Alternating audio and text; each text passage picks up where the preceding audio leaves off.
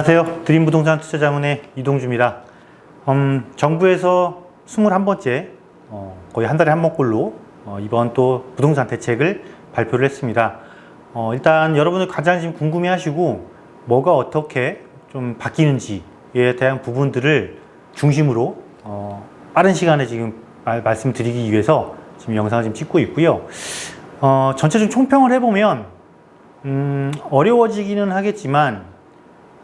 하겠지만 또 다른 풍선 효과와 또 다른 틈새를 보일 수도 있겠다. 결국은 수요를 억제해서는 수요만을 억제한다는 정책을 펴서는 절대 시장을 이길 수 없을 거라는 거를 예상해 볼 수 있는 그런 정책인 것 같습니다. 때문에 여러분들이 이번 대책으로 인해서 굉장히 많이 좀 긴장을 하시고 걱정을 많이 하실 것 같은데 이렇게 보시면 돼요. 또 항상 제가 정책을 이야기할 때 항상 이런 얘기를 드리거든요. 정책을 맞서지는 말아라.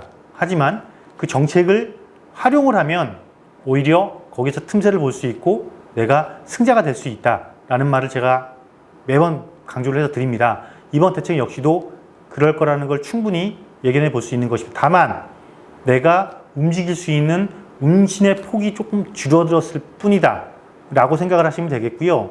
결국은 어떤 규제를 해서 또 세금 부과를 해서 어떤 제약을 둬서는 절대 시장을 잡을 수 없다라는, 그러니까 굉장히 한계점을 조금 보여준 이번 대책이고요.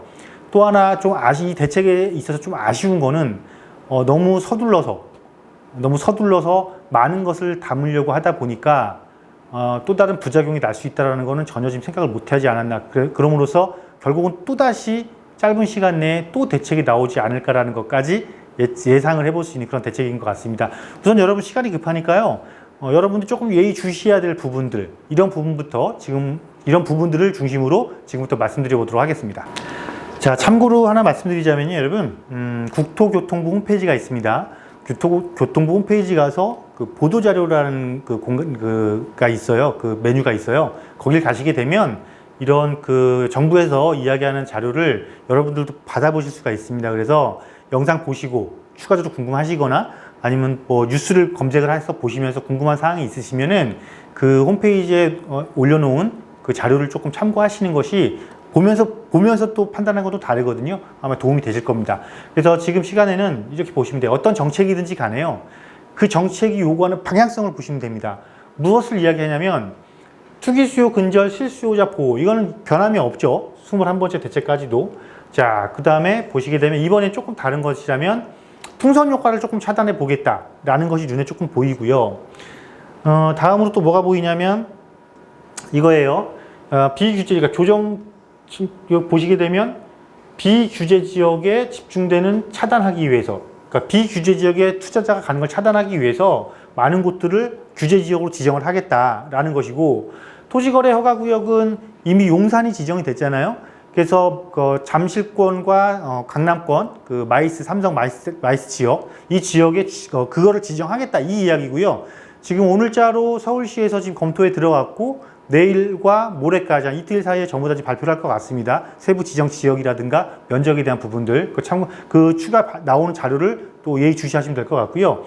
자, 갭 투자, 드디어 이제 갭 투자를 차단하겠다, 그리고 실수요자를 보호하겠다라고 나왔죠. 이 부분 조금 보시면 되겠고, 여러분들이 투자 시장으로 이렇게 많이 관심 갖고 있는 재건축의 안전진단, 사실 지금 안전진단이 가지고 있는 문제가 지금도 있는데 이 문제점을 조금 더 키우는 방향으로, 어떻게 키우는 거냐면 수요자를 억제하는 쪽으로 좀 더 키우는 잘못된 방향으로, 오히려 안전진단의 본질의 뜻이 아닌 다른 쪽으로 가고 있는 그런 정책도 보이고요.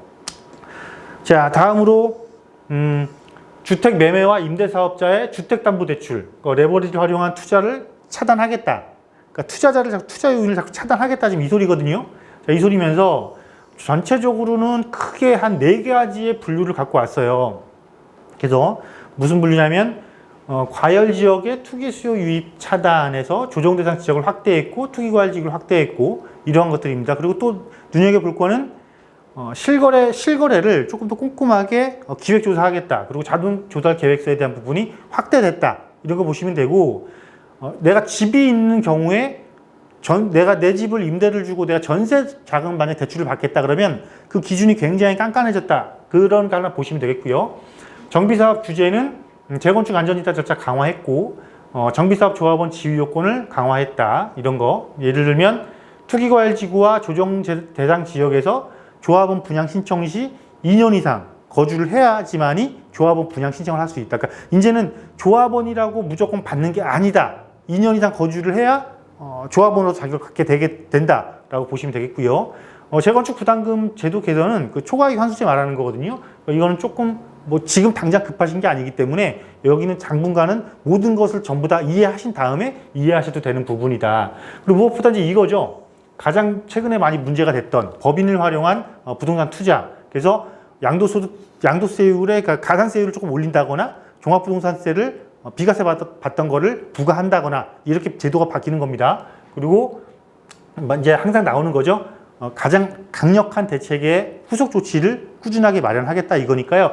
큰 틀에서는 이렇게 조금 보시고 세부적으로 중요한 것만 다시 한번 각각 무엇이 중요한지를 말씀드려 보도록 하겠습니다. 자, 먼저 조정 대상 지역이 굉장히 늘어났습니다. 그리고 투기과열지구로 또 많이 편입이 됐고요. 그래서 이제는 어떻게 보시면 되냐면요. 여러분 그냥 수도권은 다 포함됐다. 먼저 첫 번째 그렇게 보시면 돼요. 왜냐하면 서울 전 지역은 이미 기존이었고 경기도도 이제 전 지역이에요.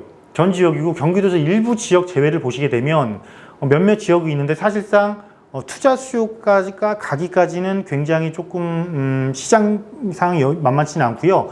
만약에 설령 갈 수는 있습니다. 이곳으로 투자 수요가 갈 수는 있지만 가서 시장이 침체됐을 때는 굉장히 위험성에 빠질 확률이 높기 때문에 사실상 그런 지역들이 남아 있는 것이다. 그래서 보게 되면 경기 전 지역이 해당됐고 인천도 전 지역이 이제 해당됐습니다. 그리고 지방에서는 왜 대전은 도대체 왜 안 돼? 라고 의문을 품었던 이 대전이 이제 이번에 지정이 됐고요. 청주 같은 경우는 최근에 발표한 그 개발 사업 이슈 때문에 굉장히 많은 갭투자 이슈가 됐던 지역이죠. 그래서 이번에 지정이 됐고요.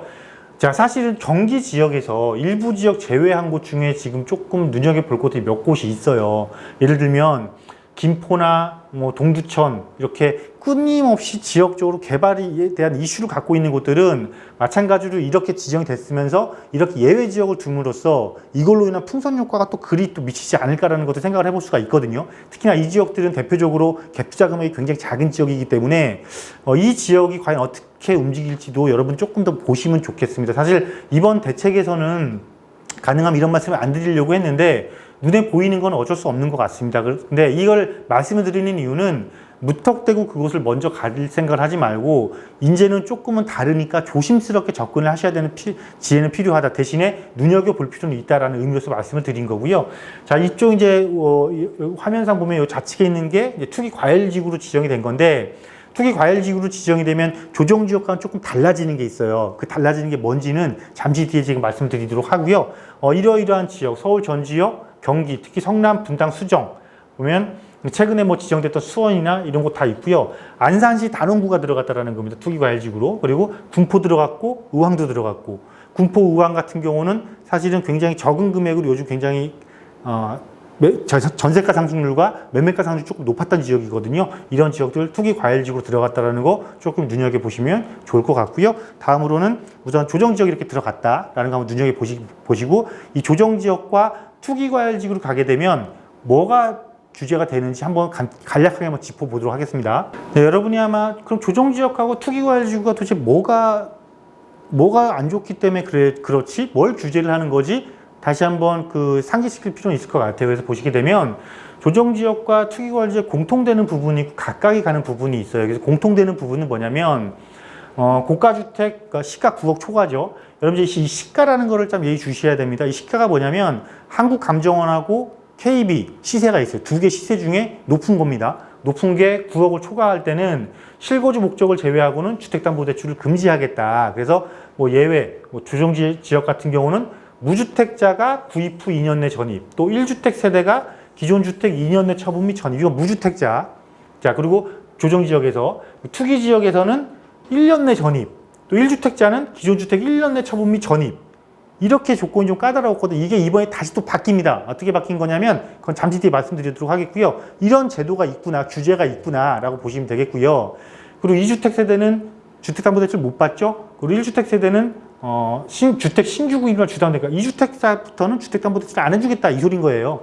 그리고 조정대상 지역에서는 LTV나 DTI가 30에서 50으로 조금 여유가 있는데 투기과열지구로 지정이 되면 9억 이하까지는 40%, 9억 초과는 20%, 15억 초과는 안 된다라는 거. 그 DTI가 총부채 상환 비율이거든요. 이거 40%로 제한된다라는 거. 요 정도는 꼭 기억을 하셔야 되고요.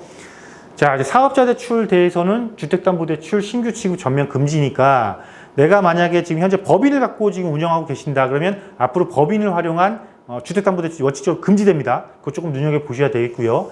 다음 가장 궁금하신 다주택자 양도세 중과나 장특공 배제는 이미 좀 익숙하실 것 같아요. 2주택자는 10%가 가산되고 3주택자는 20% 가산. 그런데 문제는 저 세율이 가산되는 게 아니고 장기보유 특별공제가 적용이 안 된다는 거죠. 그게 사실은 공제율이 굉장히 크기 때문에 이게 더 문제인 거고 종부세는 합산 좀 더 추가 과세 한다는 거 아실 거고요.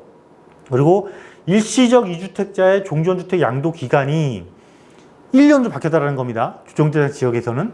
자, 그리고 투기과열 지구는 재건축 조합원과 재개발 조합원의 지위 양도가 전매가 금지돼요. 그러니까 언제냐면 이 지위 양도가 전매금 이렇게 생각하시면 돼요. 그래서 재건축은 조합 설립 인가가 나면, 재개발은 관리 처분 계획 인가가 나면, 근데 그게 어디서부터? 투기과열 지구부터. 그리고 정비사업 분양은 재당첨 제한, 5년 내 재당첨 제한, 이것도 투기과열 지구부터인데 여기에도 약간의 지금 이제 변동이 있다라는 것이고요. 전매 제한은 사실상 이렇게 보시면 됩니다. 서울 같은 경우는 소유권 이전 등기까지 거의 안 되고, 그러니까 분양권 전매 제한 기간에서요, 1지역, 2지역, 3지역이 나오는데 사실상 분양권 전매 제한 기간에서 수도권 같은 경우는 거의 다 그냥 1지역이라고 보시면 돼요. 이 지역이 거기가 어디지 생각하실 큰 이유 없이 1지역이라고 보시면 돼서 소유권 이전 등기 시까지 분양권 당첨되면 전매 못한다. 그리고 여기는 이건 뭐냐면 이제 투기과열 지구일 경우에는 주택과 분양권에 대한 전매 제한이 분양가 상한제 적용 주택 전매 제한 기간을 강화했다. 어떻게? 2년 가산하는 거로. 그러니까 뭐냐면 내가 분양가 상한제를 적용받은 지역에 당첨이 되면 분양가 상한제를 적용받았으니까 낮은 금액으로 낮은 분양가로 당첨을 받았잖아요. 그렇게 되면은 거기 뭘 한 거냐면 전매 제한 기간이 좀 깁니다. 가산되는 부분이 있어요. 이런 부분들을 이야기한 거고요.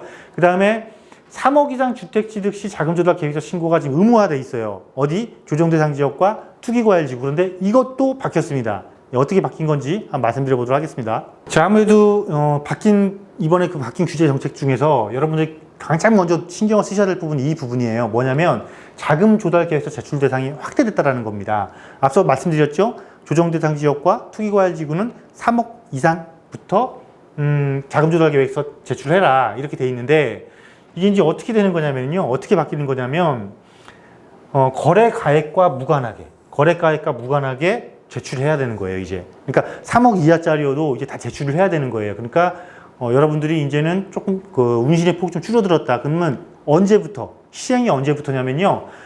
부동산 거래신고법 시행에 개정을 할 겁니다. 그 개정을 해서 시행하는 게 올해 9월이에요. 9월로 예정되어 있는 거니까 이전까지 괜찮겠죠? 이전에 구입한 건데 이 구입한 것들은 자금조달 계획서 제출 대상이 이렇게 확대되는 거다라고 보시면 되겠고요. 그리고 자금조달 계획서에 대한 증빙자료 제출 대상도 확대가 됩니다. 어떻게 확대가 되냐면요. 지금까지는 투기과열지구 9억 원 초과, 투기과열지구 9억 원 초과일 때 객관적 진위를 입증할 수 있는 증빙자료를 제출. 아마 저희 영상에도 이게 있습니다. 제가 앞서 찍어놓은 영상 중에 자금조달 계획서에 대한 부분 영상이 있거든요. 그거 참고해 보시면 되겠고요. 근데 이게 어떻게 바뀌는 거냐면 투기과열지구나 주택거래신고 시 거래가액과 무관하게. 자, 이제 자금조달 계획서는 그냥 이렇게 깔끔하게 생각하시면 돼요. 자금조달 계획서는 이제는 거래가액과 무관하게 무조건 자금조달 계획서 제출해야 되고 뭘 제출해야 된다? 객관적 진위를 입증할 수 있는 증빙 자료. 최대 15종입니다. 15종의 객관적 자료 증명해야 되는 거 꼭 기억하시고요.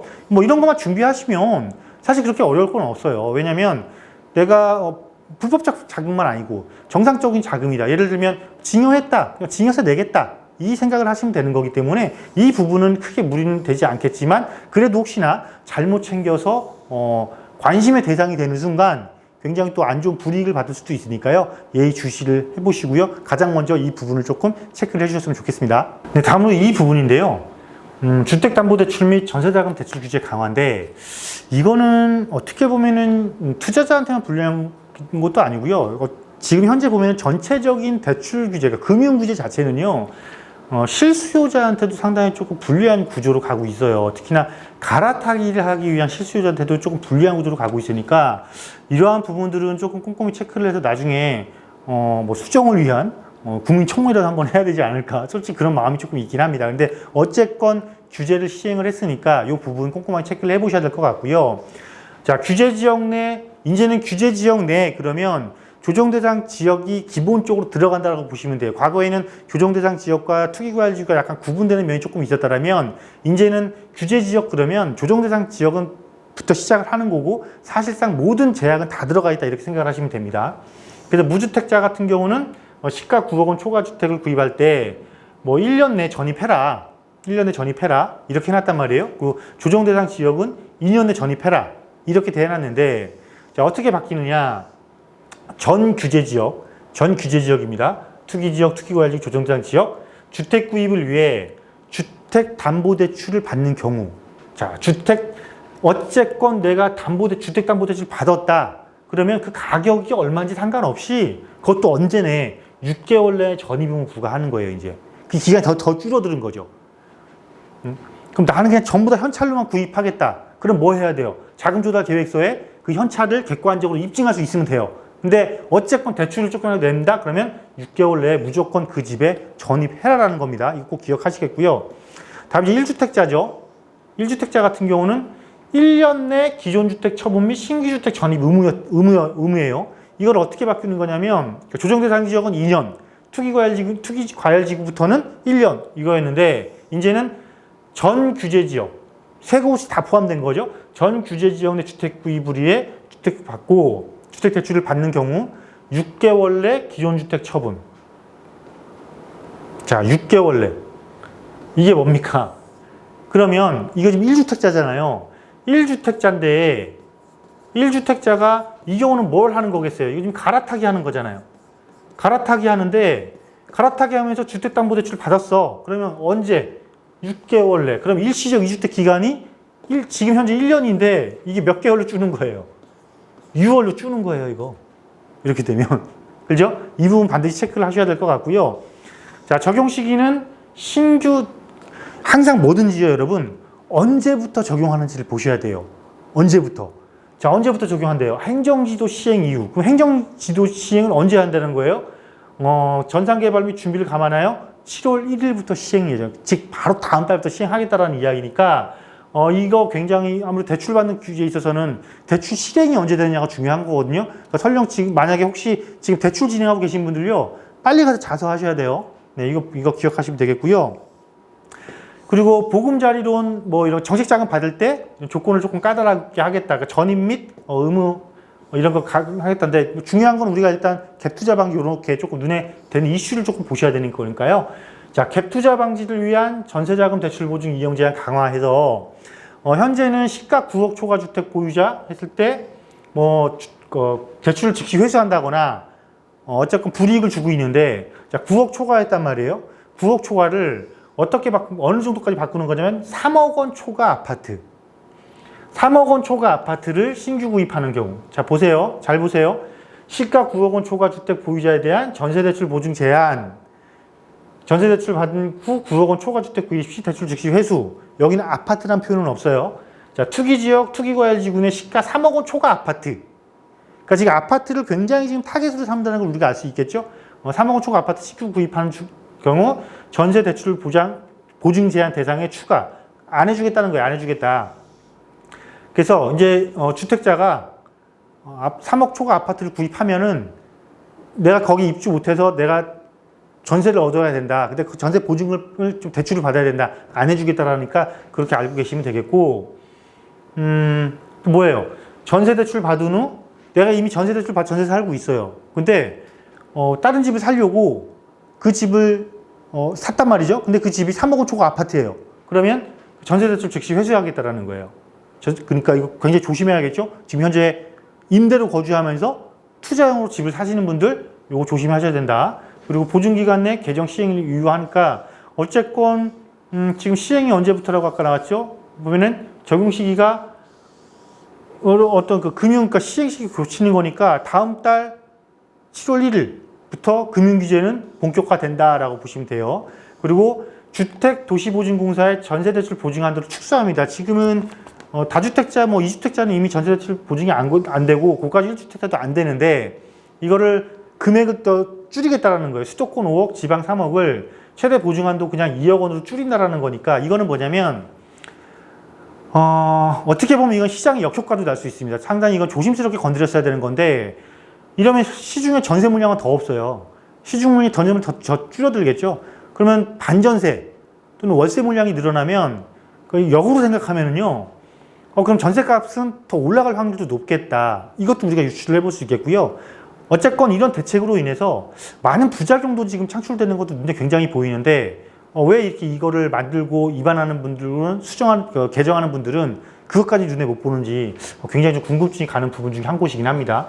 또 주택도시보증공사에서도 수도권 4억 원, 지방 3.2억 원, 3억 2천으로 보증한도를 축소했다라는 거 보시면 되겠고 적용 시기는 내규 개정 시행일 이후 전세대출 신규 신청분부터니까 이것도 이런 것들은 굉장히 빨리 이루어지거든요. 사실상 다음 달부터 시행되겠다라고 보시면 되겠습니다. 그리고 또 추가적으로 보실 게 정비사업 규제예요. 이 정비사업이 어떻게 되냐. 최근에 여러분 그 목동에서 재건축 2차 안전진단 통과하면서 굉장히 지금 안전진단 쪽에 대한 재건축에 대한 규제를 조금씩 풀어주는 게 아니냐, 공급적인 측면에 좀 활로를 조금 열어주는 게 아니냐라는 시각으로 보는 것도 있었는데 역시나 이번 정부에서는 공급은 전혀 생각을 안 하는 것 같습니다. 무조건 수요 억제로만 가는 것 같아요.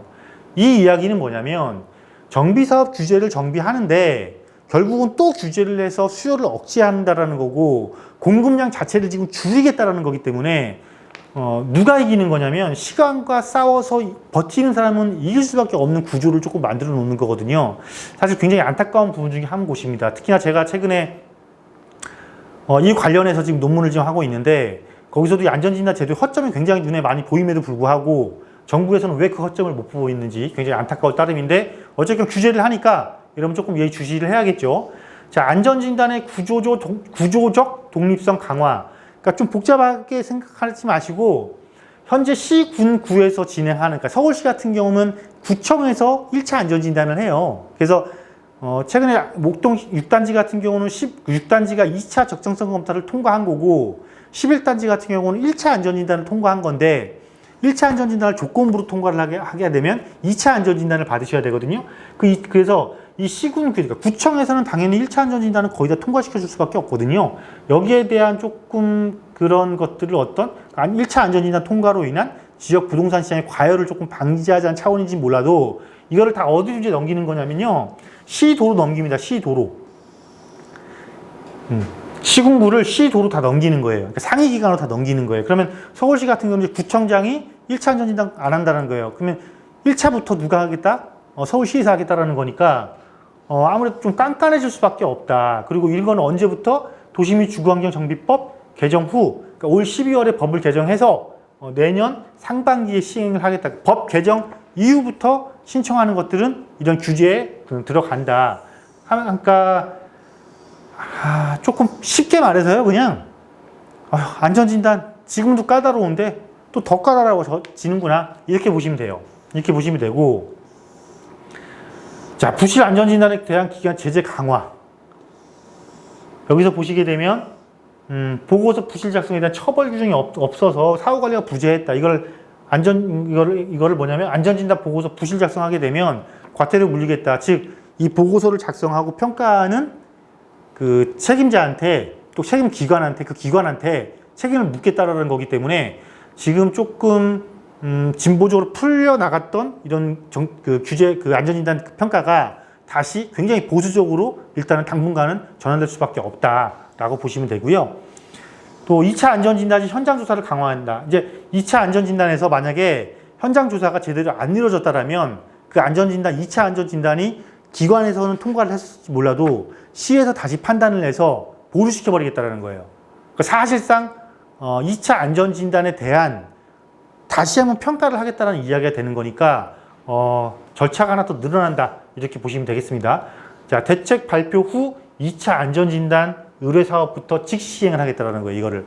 그러니까 안전진단의 통과 시기를 지연시킬 것이고, 그 지연시키는 것뿐만 아니라 더 안전진단 평가에 좀 강화함으로써 아예 2차 통과를 못하게 하는 식으로 지금 가는 게 아닌가. 어처구니 없는 지금 현상이 발생하고 있죠. 왜? 자문위원회의 책임성까지 제고를 시킨다는 거예요. 자문위원회한테까지도 책임을 묻겠다. 이 이야기니까 어쨌건 당분간은 굉장히 힘들겠다라고 보시면 되겠고요. 언제부터? 대책 발표 후. 오늘 대책 발표했잖아요. 2차 안전진단 의뢰사업부터 즉시 시행. 그러니까 6월 17일 날 대책 발표했으니까 6월 18일부터 안전진단 의뢰하는 사업장부터 적용된다라고 보시면 되겠고, 자, 이제 거주 요건을 갖춘 경우에만 조합원 분양 신청 허용을 하겠다랍니다. 어디서? 재건축 사업에서 무엇을 거주 요건을 갖춰야 뭘 해준다? 조합원 분양 신청을 허용해주겠다. 이게 무슨 이야기냐면, 현재는 재건축 사업에서 거주 여부와 관계없이 조합원 자격이 부여되고, 낮은 가격에 분양 신청했다. 사실상 낮은 가격에 분양 신청을 했어도 조합원들은 이제 재건축 초과이익 환수세 내야죠. 분양가 상한제 걸렸죠. 조합원들 추가이익 부담금 내야 되거든요. 그는 의미가 없는 건데 괜히 이상한 걸 지금 강조를 했어요. 자, 이거를 어떻게 바꾸는 거냐면, 수도권 투기과열지구의 재건축에서는 조합원 분양 신청 시까지, 언제까지? 조합원 분양 신청 시까지 몇 년? 2년 이상 거주한 경우에 하나요? 분양 신청을 허용하겠다는 거예요. 좀 지금 어처구니 없는 상황이 발생을 한 거죠. 이거는 뭐냐면, 들면, 자, 내가 거주주택이 있어요. 거주주택이 있어서 투자를 하려고 또는 미래에 갈아타기 위해서 재건축 사업을 하고 있는 아파트를 하나 삽니다. 근데 자금이 조금 부족하다 보니까 실제 나도 거기 가서 살면 좋죠. 여기 가서 살 수가 없어서 일단 그래도 저거를 지금 사는 게 조금 나한테 유리할 것 같아서 그 해당 재건축 아파트 중에 굉장히 작은 소형을 만약에 샀다란 말이에요. 그러면 이제 자, 조합 설립인가 나오면 사업 진행하면 여기 들어가서 살아야 되는데 못 사는 상황 발생하잖아요. 이 경우 뭐 하겠다? 현금 청산 시켜버리겠다라는 거예요. 그러면 무슨 부작용 나겠습니까, 이거? 무슨 부작용 나겠어요? 당연히 부작용 발생하죠. 거주할 수 있는 주택의 가격은 더 올라갈 것이고, 거주하기 힘든 것들은 가격이 어떻게 되겠어요? 하락하겠죠. 그러면 투자자들이 가격 하락하니까 이거 얼른 사야겠다? 근데 뭐예요? 거주하지 못하면 어떻게 돼요? 청산이에요, 청산. 굉장히 지금 시장을 불합리하게 몰고 가고 있다. 이거 보셔야 될 것 같고요. 다만 뭔가 꼭 생각해 주는 것처럼 2년 이상 거주를 연속 거주가 아닌 합산 거주 기간을 하겠다랍니다. 이것 때문에 또 일부 국민을 전혀 엉뚱한 이런 제도 때문에 범법을 저지를 수밖에 없는 그런 상황까지 내몰 수 있는 법이지 않을까. 언제부터? 이거는 마찬가지로 법 개정하고 나서 최초 조합 설립인가 신청 사업부터 적용. 자, 그러면 지금 초기 단계에 아직 안전진단을 통과 안 한 곳들은 조합 설립인가까지 가려면 최소한 몇 년 걸리죠. 이거를 지금 저거를 고민을 막 심각하게 해야 될까요? 그리고 조합 설립인가 신청 사업부터 적용을 한다. 근데 언제까지 2년 거주해라. 조합원 분양 신청 전까지 2년 거주하라. 굉장히 곰곰이 잘 생각해 봐야 될 문제죠. 어떻게 내가 이거를 잘 이용할 거냐에 따라서 투자를 해도 돼? 말아야 돼? 뭘 해야 돼? 라는 방향성이 다시 나올 수 있는 굉장히 또 틈새 전략을 하나 던져준 거다라고 보시면 되겠습니다. 그래서 중요한 부분들이 이거고요. 재건축 부담 규제 개선은 재건축 부담금 본격적으로 부담시키겠다. 그래서 부담금 시뮬레이션 결과를 또 이렇게 내놔서 뭐 강남 평균 부담금이 5억, 일부 기사에서는 지금 최대 7억 이렇게까지 나오고 있는데 여기에 대한 부분은 계속 지금 논의가 되고 있고 논쟁의 소지가 있어요. 그러니까 결국은 사업의 최대 10년 기간 동안을 놓고 이걸 부담을 하게 되는데 그 10년 기간에 대한 가격 산정 부분부터가 지금 오류가 있기 때문에 거기에 대한 많은 민원과 의문점이 제기되고 있는 사항이다라고 보시면 되겠습니다. 자, 그리고 다음으로 보실 게 뭐냐면 법인 쪽인데요. 자, 이렇게 개인적인 부분에서는 이 정도까지 조금 예의주시해서 보시면 되겠고, 현재 지금 법인 쪽으로 어떻게, 내가 지금 법인으로 나도 그럼 투자해볼까?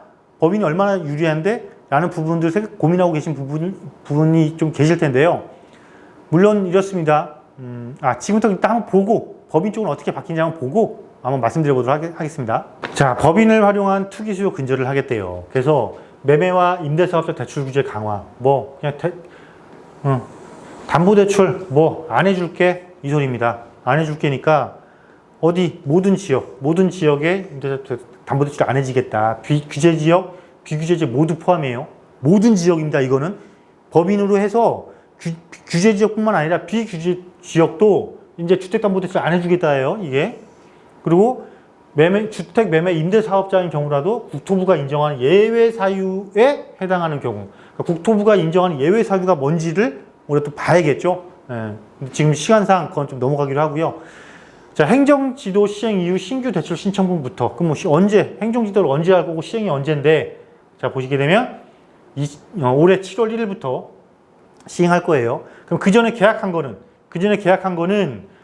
종전 규정 적용할 수밖에 없겠죠. 당연히 이미 계약을 했으니까. 그리고 중요한 거는 이거죠. 법인 등에 대한 세제를 보완하겠다. 어떻게? 법인이 보유한 주택에 대한 종부세를 인상하겠다. 지금 사실 이거랑 종부세하고 양도세 때문에 1인 법인까지 만들어서 많이 이런 투자를 했는데 그 길을 조금 막겠다라는 겁니다. 이거는 조금 잘 생각한 것 같아요. 잘 생각한 것 같은데 어쨌건 그렇다고 법인을 무조건 또 안 좋은 쪽으로 몰고 가는 그런 것도 있지 않나. 그러니까 법인 자체를 투기꾼으로 봐버리는 그런 시각도 존재하지 않나라고 봅니다. 자, 그래서 법인을 활용해서 종부세 합산과 회피하는 사례가 발생을 해서, 자, 법인이 보유한 주택에 대해 개인에 대한 일반 세율보다 높은 세율을 적용하겠다. 당연히 업무용 자산은 제외죠. 업무용 자산 제외고. 그래서 어떻게 얼마나 할 건데, 그러면은 바뀌는 것만 볼게요. 바뀌는 것만. 복수의 법인을 활용해서, 자, 복수의 법인을 활용해서 6억 이하 주택을 여러 채 투자해서 과세표 종부세 회피하는 사례를 이미 알고 있는 거예요. 알고 있어서 법인이 보유한 주택은 과세표준 기본공제를 폐지하겠다는 거예요. 그러니까 기본공제가 없는 겁니다. 기본공제가 없는 거고 언제부터? 21년 종합부동산세 산출 시기부터. 자, 즉 법인은 과세표준 기본공제가 종부세 할 때 아예 없다. 모든 자산 그냥 합산해서 세율 부과하겠다. 그리고 신규 취득 임대주택에 대한 종부세도 합산 배제하겠다. 법인이 장기 임대주택 등록해내면 종부세를 합산을 비과세했거든요. 이거를 없애겠다라는 거예요. 없애서 언제부터? 법인이 조정 대상 지역에, 여기서 이제 지역이 나오죠. 자, 대출은 규제 지역, 비규제 지역 모두 포함. 근데 이 임대 등록하는 주택에 언제? 어디? 조정 대상 지역에서만 종부세를 합산해서 과세하겠다. 자, 언제부터? 대책 발표일 다음 날부터. 그러니까 6월 18일부터 적용하겠다는 겁니다. 이렇게 보시면 되겠고, 다음으로 양도세 추가세율 인상. 왜냐면 현재는 10%를 추가과세 하거든요, 법인은. 추가과세인데, 언제를 하냐면,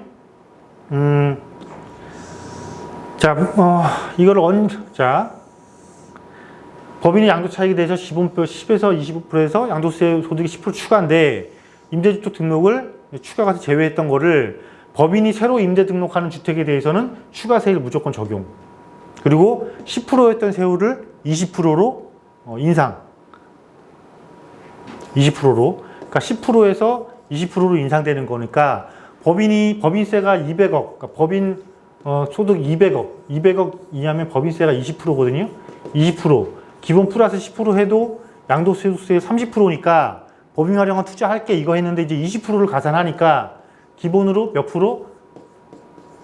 40%부터 이제 시작을 하는 거예요. 40%부터 시작을 하는 거니까 좀 더 비교를 하는데 그래도 어쨌건 이득은 이득이죠. 50%가 안 넘잖아요. 네. 그러니까 이런 부분들 이걸 한다고 물론 지금보다는 조금 줄겠지만 그렇게 확 줄지는 않을 것 같다. 그런 생각은 조금 듭니다. 그리고 매매업에 대한 관리 체계도 굉장히 많이 구축하겠다. 그래서 이런 식으로 보게 되면 전체적으로 이번 그 대책은 앞서 말씀드린 것처럼 너무 옥죄고 있다. 너무 옥죄고 있다고요. 특히나 법인 거래 조사 강화 이런 건 조금 잘하는 부분은 맞아요. 법인 조사 강화하는 건 잘하는 부분은 맞고 특히나 특별 조사 대상 거래 추출 기준 해서 20대 이하 법인 특히 20대 이하의 6억 원 이상 주택 매수 이게 여러분 굉장히 좀 이 부분 좀 보셔야 돼요.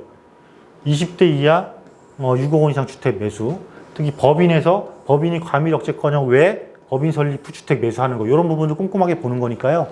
내가 뭘 좀 조심해야겠다 이런 거를 조금 반드시 체크를 하시면 되겠습니다. 그리고 법인 거래 조사 강화 나오면요 이거는요 그 법인 임원들 다 털려요, 여러분. 법인만 털리는 게 아니고 그 법인 괜히 법인 만들어서 어설픈 법인의 임원으로 계시면은요 이런 부분들 당할 수도 있으니까요 조금 조심해야 될 것 같고요. 나머지는 이제 12신문 대책의 공급대책 후속 조치를 계속해서 추진하겠다 이러한 부분입니다. 종합적으로 조금 결론을 내보면요. 앞서 제가 결론을 말씀드렸지만 이번 대책도 결국은 시장을 과연 이길까요? 시장을 이기기에는 부족한 게 너무 많습니다. 시장에서는 지금 요구하는 게 뭐냐면요.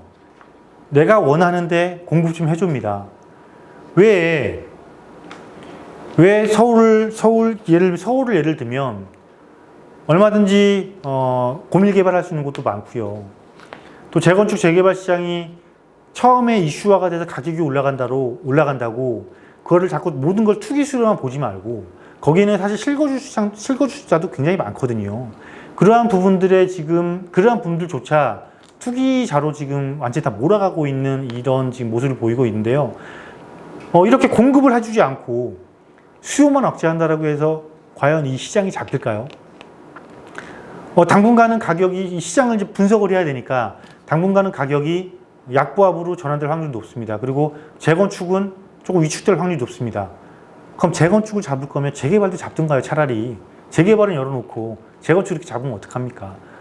이번 대책 역시 앞서 말씀드린 것처럼 틈새가 반드시 존재할 수밖에 없겠다. 그래서 오늘 이 시간은 너무 시간이 촉박하니까 여러분들이 이거는 반드시 알고 조심하셔야 됩니다.